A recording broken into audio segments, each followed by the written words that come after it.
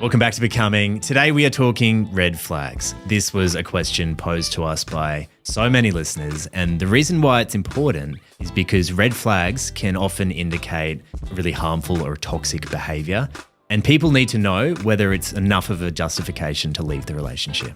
Absolutely, and I think this is a really important one. When we put it on Instagram, it was the most asked question of how do I know if it's actually a red flag? And that's valid because red flags are a spectrum. They're going to be different for everyone based on their culture, their values, their history. So maybe we should start by actually defining what a red flag is. Okay, so red flags are behaviours, patterns or situations which may indicate potentially harmful or toxic relationships down the line. Yeah, I feel like the key words here are harmful and unhealthy. It's not something trivial like the ick. The ick. Yeah, they're more serious than that. They're things that might indicate down the line something more toxic or harmful to your relationship. You mentioned the ick, and for me, the ick is something we can generally compromise on because they're more superficial or silly. But a red flag, that's a deal breaker. You can't compromise on a red flag. Called a red flag for a reason. Indeed. Should we introduce ourselves? I feel like we dived into it without that. So Yeah. I'm Nick, and joined by my beautiful co-host and girlfriend, Zoe Markel. Thank you. Well, that's my intro. I stole it from you. This is classic narcissist host over here. No. But how good's a Saturday morning record? I know. It's right. Sorry. I was going to say that. Sorry. Beautiful sound of rain outside, although I am due to be on a boat in about 3 hours, so I'm praying that it stops. Is the boat going to be rained out? No, we'll be on there, rain or shine, but Yeah, I'd I got a rather- feeling that the girls won't really mind that it's raining. Probably just end up jumping in, to be honest. Great segue, because should we also jump into these red flags? Because there's a bunch of juicy ones here. Yes, we got some really juicy stuff. We put the question out on Instagram and the Becoming Village, and we got some very, very interesting answers. Yeah, the Becoming Village is the Facebook community group that we've created, and it's a great place for people to give input for the show. So jump over to Facebook. I'll put the link below. Let's maybe start with some serious ones, and then we can dive into the more trivial ones for a lol afterwards. What do you think? Love a lol. First one is from Alex. Was seeing a guy for a few months before he started pressuring me in the bedroom.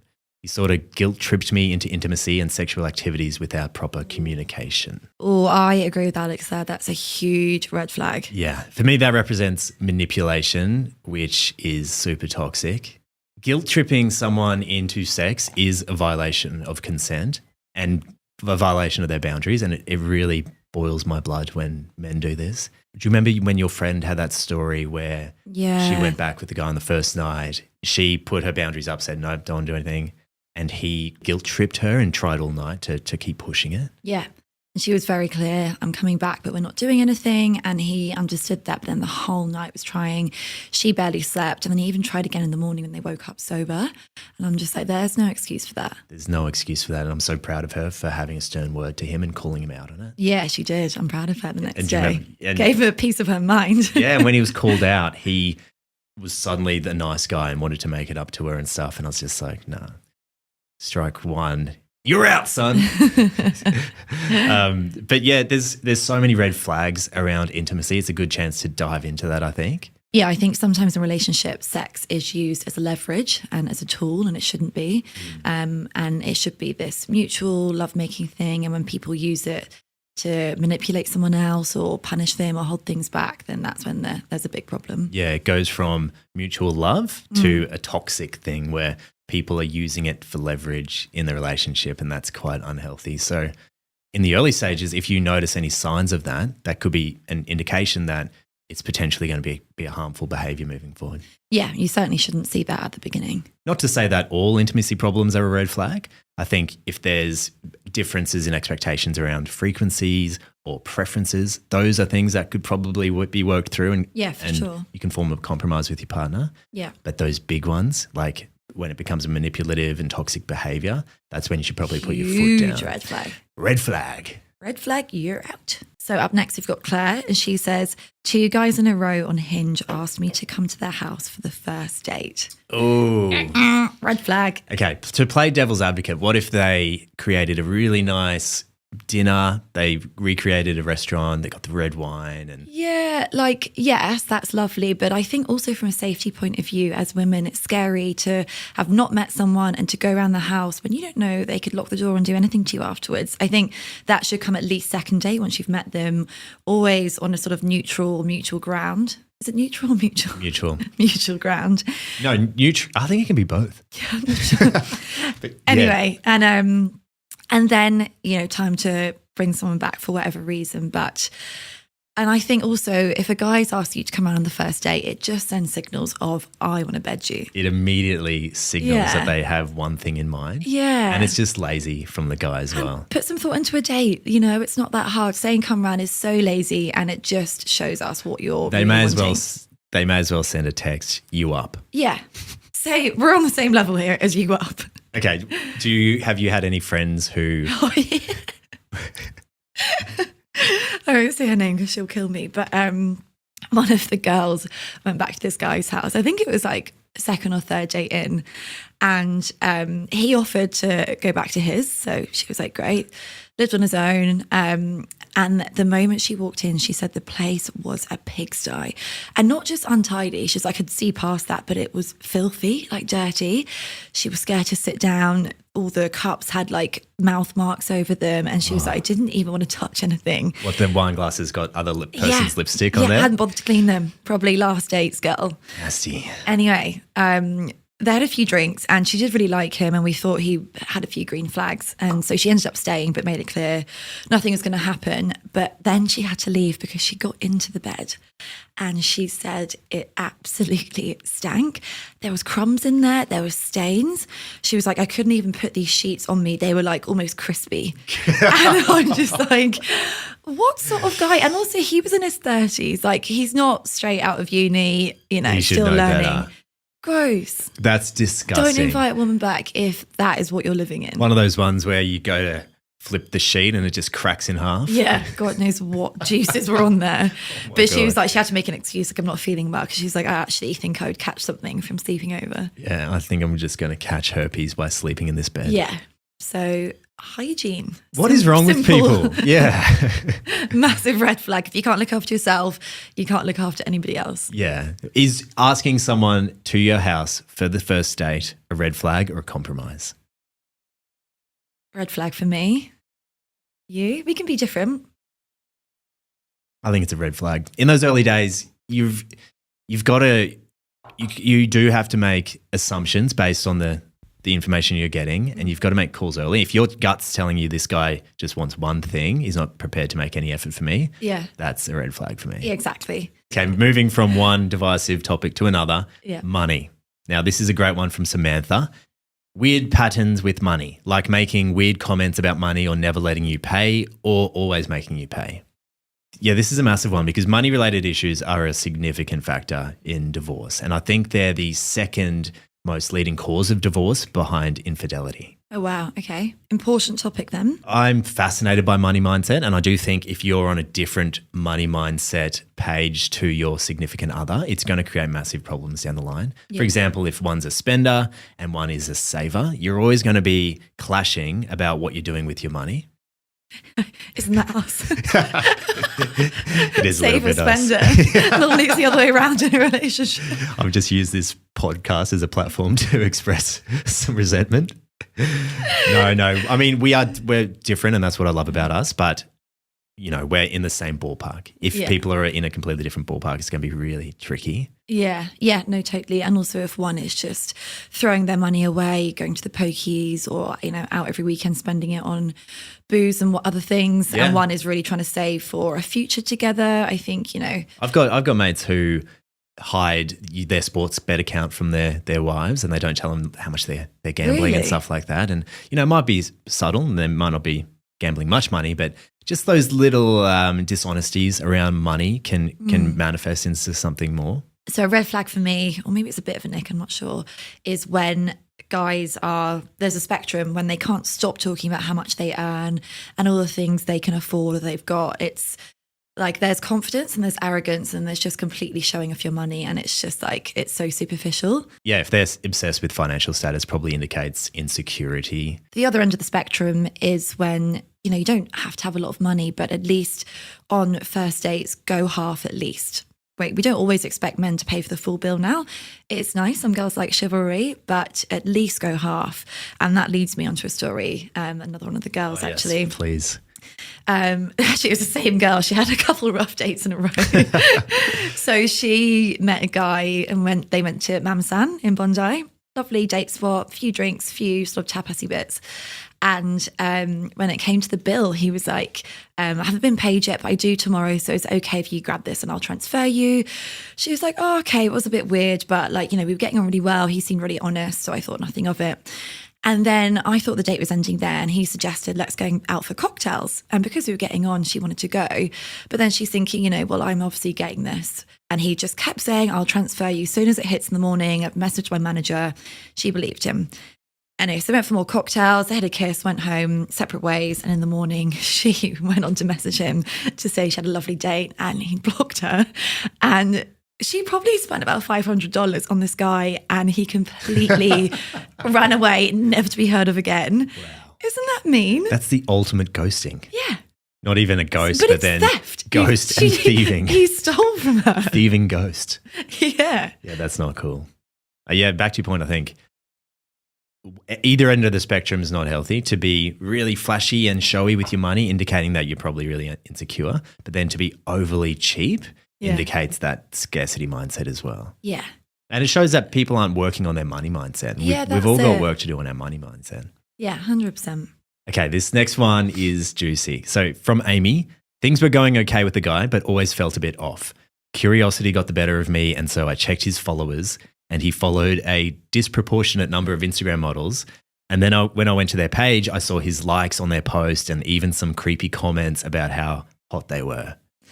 Ugh. I have such an issue with this because it happens so much, especially in Bondi. I feel like it's such a small net of people dating at the same time. And even when I was dating actually before you, not many, but just one or two, I would always see a guy follow the same girls or like the same girls' pictures, or if you added them on Instagram, you'd always have the same connections. And it was just, Instagram models, influencers, just girls about town. And I was like, oh, he's probably been with every single one of them. And then, the liking, the constant liking, the commenting, just it's giving like sleazy vibes. Do you reckon it indicates that they're a cheater? Not necessarily a cheater, but definitely a serial dater, and they have commitment issues. They either just care about being with a new girl each time or not wanting to settle down, or probably just wanting to have sex and then move on to the next one. Yeah, it signals a lack of emotional investment. If they're spreading their awareness to all these different people, they're not focused on you. Yeah. And potential boundary issues down the line as well. Yeah. And also from a girl's point of view to guys, it's just gross. Like, we don't want to date a guy that's been in and around every other girl.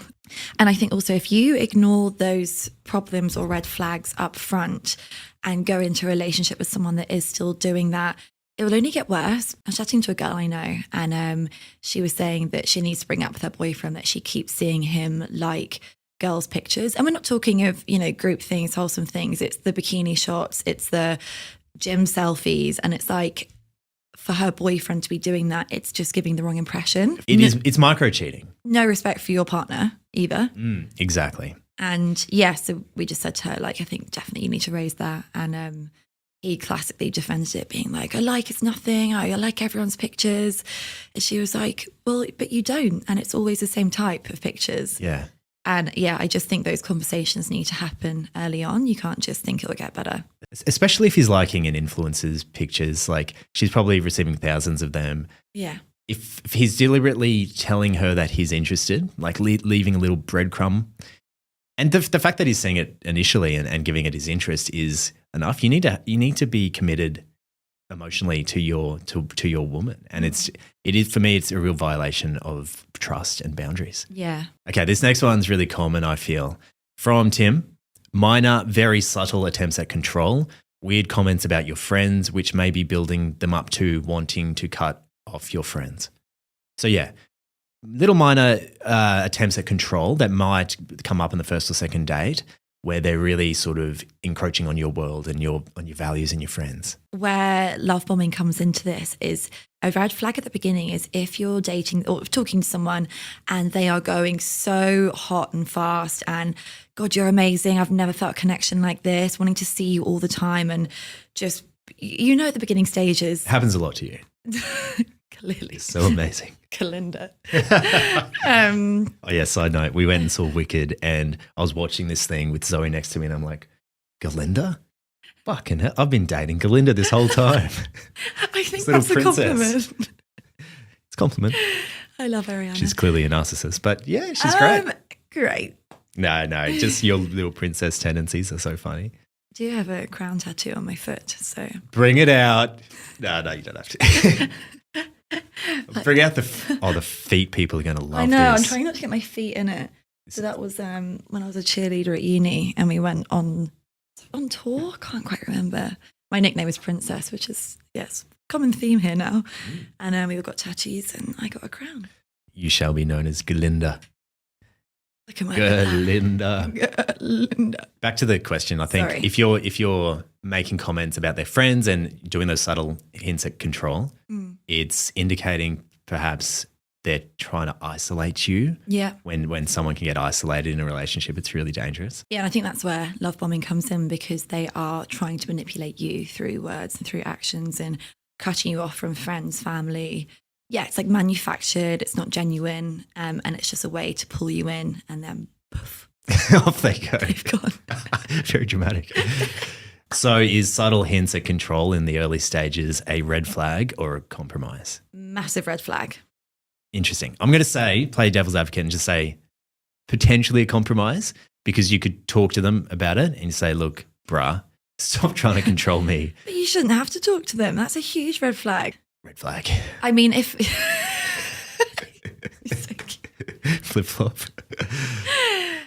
Just a quick one to interrupt the infinite value we're providing this episode to give our friends at 8 Sleep a quick shout out.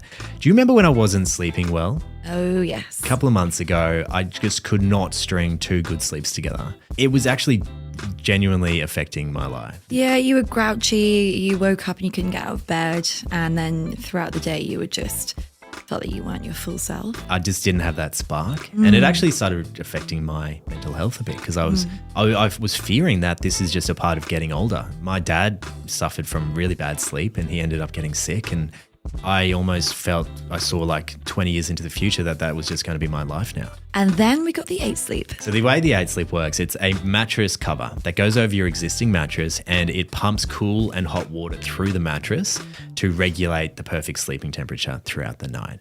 And you can control both sides, which is great for you. Because I run cold. So I go over to your side at night and sometimes it's quite warm and mine's cool, which is perfect because it means that you're not arguing with your girlfriend over the aircon. Yeah, I will also say when it's that time of the month for ladies and we run very hot, or I certainly wake up very hot, you can time it to turn on cool water at a certain time and you don't wake up in those sweats, and it's honestly life-changing. If you invest in your sleep, it's going to have a positive effect on all areas of your life, your relationship, your career. So for me, it is really something that is a worthwhile investment. I'll include a link in the description below for $200 off if you are considering 8 Sleep. Okay, the next one's on curiosity. This was from 2 people in the community group. G-Fish, having no curiosity about other people shows a lack of empathy, which is a red flag to me. And Ty Drew, if they aren't asking the right questions and or making an honest effort to get to know you. Oh, these are great ones, and actually something that us girls talk about a lot because it is so obvious from the get-go on a first date or second. If it's a one-way conversation, they never ask you anything back. It's all about me, me, me. Or if you're telling a story and they say, I agree, and take over and then relate it back to an example of them. And I don't think a lot of people actually have awareness that they're doing it. And it is so frustrating. And I think that's also signs of a narcissist when it always has to be about you and you can't just let someone else have the floor. And yeah. It also shows they're not a good listener. Yeah. And that's just a fundamental, essential part of a healthy relationship. Yeah. If someone's, if they're not curious about you, your family, your job, your interests, there really is no foundation for a healthy relationship. So I don't even think it is something that you can talk through and work on. Yeah. They don't have any innate curiosity, so they're not going to want to work on it. So for me, that's a massive red flag. Yeah, and I think it sounds like they probably have a lot of work to do on themselves before they continue dating. Red flag. What just happened to my voice? That's when, like you said, mouse in the audition. So I was recording an audition the other day, and Zoe was reading the lines for me, and you did such a good job. Can I say how hard it is, guys? Yeah, you did a great job. And in the script, there was a part about a mouse, and I didn't pick it up when we were recording, but when I was editing it, listen back, and my line was, yeah, found a mouse. He made a fine friend for a week. A mouse. And Zoe's response was, It should have been a mouse. And for some reason, I kept just coming out as a mouse. it's like you were embodying the mouse. Yeah. Okay, so the next one, this one's on alcohol, which is another huge issue that people have to face in the relationship stages, because alcohol use is really on a spectrum. Someone could enjoy a red wine with dinner. Someone else could be going to the club till 3 a.m. in the morning. Mm-hmm. So if there are mismatches in expectations, it's potential for creating issues. Mm-hmm. This is from Jamie Nichols. He stayed over. I woke up in the middle of the night and he was in the kitchen drinking my whiskey neat. Then in the AM, my beers. Oh, that's kind of sad because alcoholism is a disease and he obviously needs help. But yeah, wow, that is not okay. That'd be quite scary to wake up to. Yeah. I mean, that's definitely on the very extreme end of the spectrum. Yeah. Very sad. Obviously, a red flag. Yeah. They need help. It reminds me, do you remember my old neighbour who would sneak into my place and steal my alcohol? We were background here. So one night when I came over, we'd only been dating a couple months, and we were on the sofa and we were actually watching a bit of a scary movie. I had all the lights out. And suddenly, Nick's front door pops open and round turns this head. And what was she doing? Just trying to see if we were in so she could come and steal your alcohol? Yeah, she was probably in her 60s. She was a big drinker, so it was quite scary looking. Poked her head around while we were watching TV. And I screamed for my life. Yeah, and I just said, get out. Yeah. But yeah, so it's quite sad, but she would break in to the apartments in the building in the night and steal people's alcohol. She had a real problem. It is sad. But back to the point. Yep. So if you have differences in alcohol use, yeah, I can relate to this a little bit because at the moment I'm sort of on this journey where I'm drinking less and I feel like I'm entering a bit of a next chapter in my life where these amazing opportunities are coming through and I'm loving work, I'm loving exercise. So I'm not finding as much value in the nights out. Mm-hmm. And we're in such a busy time of the year with silly season where definitely alcohol is more common. Yeah. So in our relationship, there's like a little bit of a mismatch. Yeah. And I think being in a sales-based job this time of year, anyone else who is will relate that it's all about client lunches, taking clients out for drinks, just client schmoozing every day of the week nearly. Then top it off with Christmas parties, then seeing your girls as well, and then everything else that comes up. And I still am such a people pleaser and struggle saying no. So I just feel like I'm on a bit of a hamster wheel at the moment and I'm crawling towards a Christmas break that I'm really excited for. And yeah, I've probably been drinking a bit too much and I can see it in my Whoop data and everything else. And I just feel tired and a bit burnt out from it all.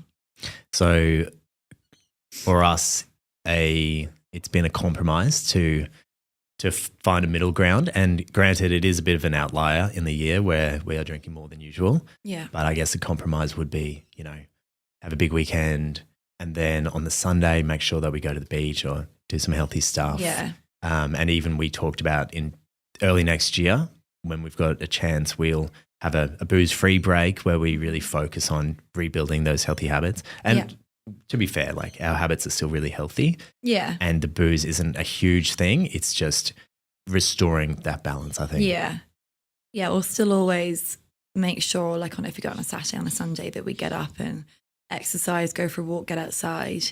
But yeah, it could definitely improve. Probably something a lot of people can relate to at the moment. Yeah. So back to the original question, do you think alcohol differences in use is a red flag in a relationship or a compromise? Compromise, for sure. I think you have to go in and set boundaries and say what's okay with you and what's not, because you don't want to let it go and then down the line be in completely different paths. I was speaking to a friend. He was dating someone new and he's not a drinker.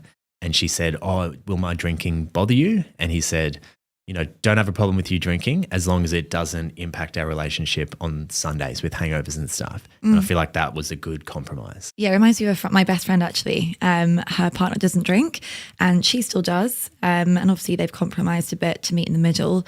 But it doesn't affect their relationship at all. They'll still go out for date nights and she'll have a glass or two and he'll have his non-alcoholic beer or even just something healthy, and they've made it work. So I think it is compromise, and you need to have open communication and boundaries when you're talking about it and find some sort of middle ground. For sure. If it's not on that very extreme end of the spectrum, I do think there's room to work through those issues. And if they're not willing to work through those issues, well, that's a red flag for me. Yeah, absolutely. It's red flag inception. Yeah. So there's some great serious ones. Let's dive into the more trivial ones. Yeah. And granted, these are still red flags, but they're kind of funny. Let's get dirty. Okay. Dirty. Okay, so inconsistent in communication and flaky in plans, massive red flag. If they cancel last minute because they've probably got a better offer, their other side chicks come up, or they just want to go out with the boys. Hate it when they're like, oh, sorry, I'm just not feeling well. I've had a really busy day, or I forgot I double booked. Just be honest. Or the worst is I'm hungover. That's the worst excuse ever. But yeah, I think the inconsistency in comms, all week they'll be really quiet or not really trying to engage. But then Friday night, like a you up sort of message, or, oh, do you want to do something tomorrow? It's like, make me a priority. I don't want to be on the back foot. Women's intuition. There's a saying that women always know. Do you think that, I do. Yeah, girls have a feeling or an instinct when a guy is flaky and seeing other girls? Absolutely. Like, we have such a strong gut sense, and me and the girls were talking about this recently actually, and you just know deep down, and you'll put it into the girl thread to be like, what do you think? But deep down you know, and they'll just validate what you mean. And yeah, we know what excuse is real and what's not. We just have this sixth sense somewhere. Okay, this one's from Susie. Make sure you get home safe. What do you think she means? The guy making sure the girl gets home okay. I like sending a text. Yeah, or just, if you both live in the same town, offering to get the Uber and then dropping her off first so you make sure she gets home safe and then going to yours. And I think that goes back to chivalry and just being a gentleman, and it's so lost these days. But little things like that mean so much to us as girls, especially in this time where, depending on where you live, it's not safe to walk home on your own, or, it goes a long way. Signs that the man is going to create safety for you, going to protect you. But that's a green flag. Maybe she means if they don't do that. Gotcha. Okay, we got one here. Only in group photos or with sunnies on or hats. So is this the dating app profile pics? Yeah. It's called the cheerleader effect. Oh, you know about this then, wouldn't you? Well, no, what Princess am I doing? Cheer Squad. So it's if you only post photos in a big group, because together it brings up the average of how everyone looks, and there's some science around it. It makes you better looking if you're in a group of other good looking people. That's hilarious. So yeah, if a guy has no sort of photos on his own or in a two, a bit of a red flag. Also, if they're just wearing sunnies in every photo, take them off. What are you hiding? It's weird. What's your standpoint on men including fish in their Tinder profile pics? Or dogs. Yeah. It's fish or dogs in Australia, I've noticed. Yeah, you can really use a golden retriever to boost your ranking by 2 points, I feel. Massively. If a 6 becomes an 8. Yeah. And look, we all love dogs, nothing against them, but if it's the first photo and it's like a honey trap, it's, it's like lure you in. Honey pot? Well, it's just like, look at this puppy, not me. If you took the puppy away, you're going from a 10 to a 6. We live in the land of men using puppies to get dates. Oh, just walk down to Bondi. Yeah, single dudes I see walking around with a puppy, and they almost like plonk them in front of other women. And the girls come over, oh my God, it's a puppy. I'm like, did you just get that puppy to get a date? Probably rented it. It's working. Rent a pup. That's a business idea. Rent a pup. Okay. Okay, the next one is a bit more serious, I guess, but they can't communicate and they have low EQ. Yeah, emotional intelligence is everything, isn't it? Maybe goes back to what we were saying about a guy not having curiosity. And another one in that realm is emotion regulation. If you can see that they get short-tempered, say they're short-tempered at a restaurant to a waiter or something, and indicating that they don't have any emotional control. Yeah. That, for me, is a big red flag, because that's an innate thing that they haven't worked on. Yeah. Seeing how, a big one for me is seeing how they treat other people, friends, the local waitress, the Uber driver. If they speak to them with disrespect, that's a huge red flag for me. Yeah. Do you notice when guys are polite to the waiters? Manners are so important and sometimes overlooked. Whether it's in a personal or professional setting, manners go a long way and just indicates that that person is warm and a good person. A good person. Yeah. Okay, on to the last one here. This came up a bit. No ambition. If the guy or girl has zero ambition, do you reckon that's a red flag? It does give a bit of red flag ick energy for me, but maybe they're stuck in a rut, maybe they're a bit down and they're just a bit lost and it's something that you could compromise on and they'll change. But if they don't want to change and they're not aware of it, then that's a red flag because they're probably not going to have much ambition in the rest of their life, including the relationship as well. Red flag for me. Yeah. Cut them off.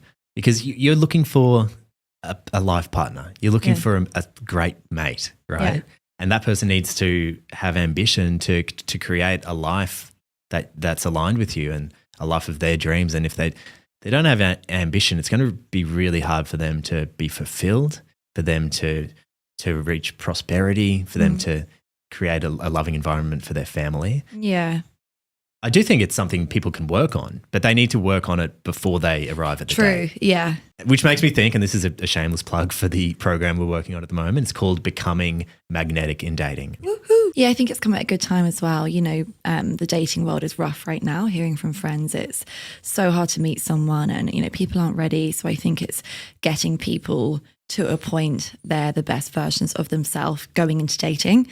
And look, maybe if everyone read it, then there'd be a really happy, good vibes dating pool. And less divorces. Because here's a stat for you. Almost 50% of marriages end in divorce. And the big three culprits are misaligned values, poor communication, and unresolved personal issues. So what we're trying to do with this guide is address all three of those things so that people can work on themselves and attract better people into their life. Yeah, and I think that's relevant for some of my friends that feel being single at 30, they're a bit behind. But I actually think that's the best time to find someone who you're truly aligned with, who's done the work. Yeah, and it's about a mindset flip away from feeling like you're being left behind to putting yourself in a position of power to attract someone truly aligned with you. And I'm going to say a decent chunk of married people wish they could go back and do that work. 100%. So really excited to put that out in the next couple of months. So keep an eye on our socials for that.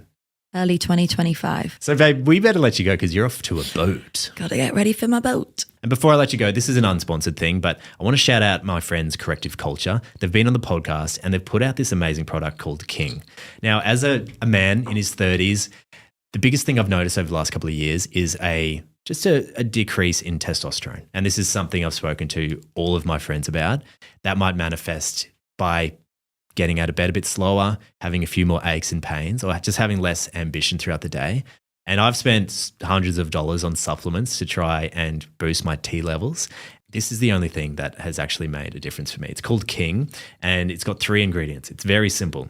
Organic liver powder, grass-fed beef testicles, and gelatin. So really 2 ingredients. So you're literally eating balls every day. Look, balls for breakfast. I was willing to make a dramatic change, and I've had to eat cow nuts to boost my testosterone. I've had beef liver before, and I've felt great off that. This is my first time eating cow's nuts, but I'm telling you, it works. Have you noticed a bit more drive from me? I'm just crying and laughing over the nuts. Yeah, I've definitely noticed your energy is up and stays up, borderline annoying. Not the only thing that's staying up. Oh, God. I'm joking, kind of. But yeah, Corrective Culture, they're doing amazing stuff on the sunny coast. I'm really, really proud of those guys. So more than happy to plug King. So check it out on their website. But that's us, my dear. That is us. If you enjoyed the episode, do all the things, like and subscribe. It really helps us get on the algorithm so we can continue whatever this is. Doing this. Doing the thing. Eating nuts.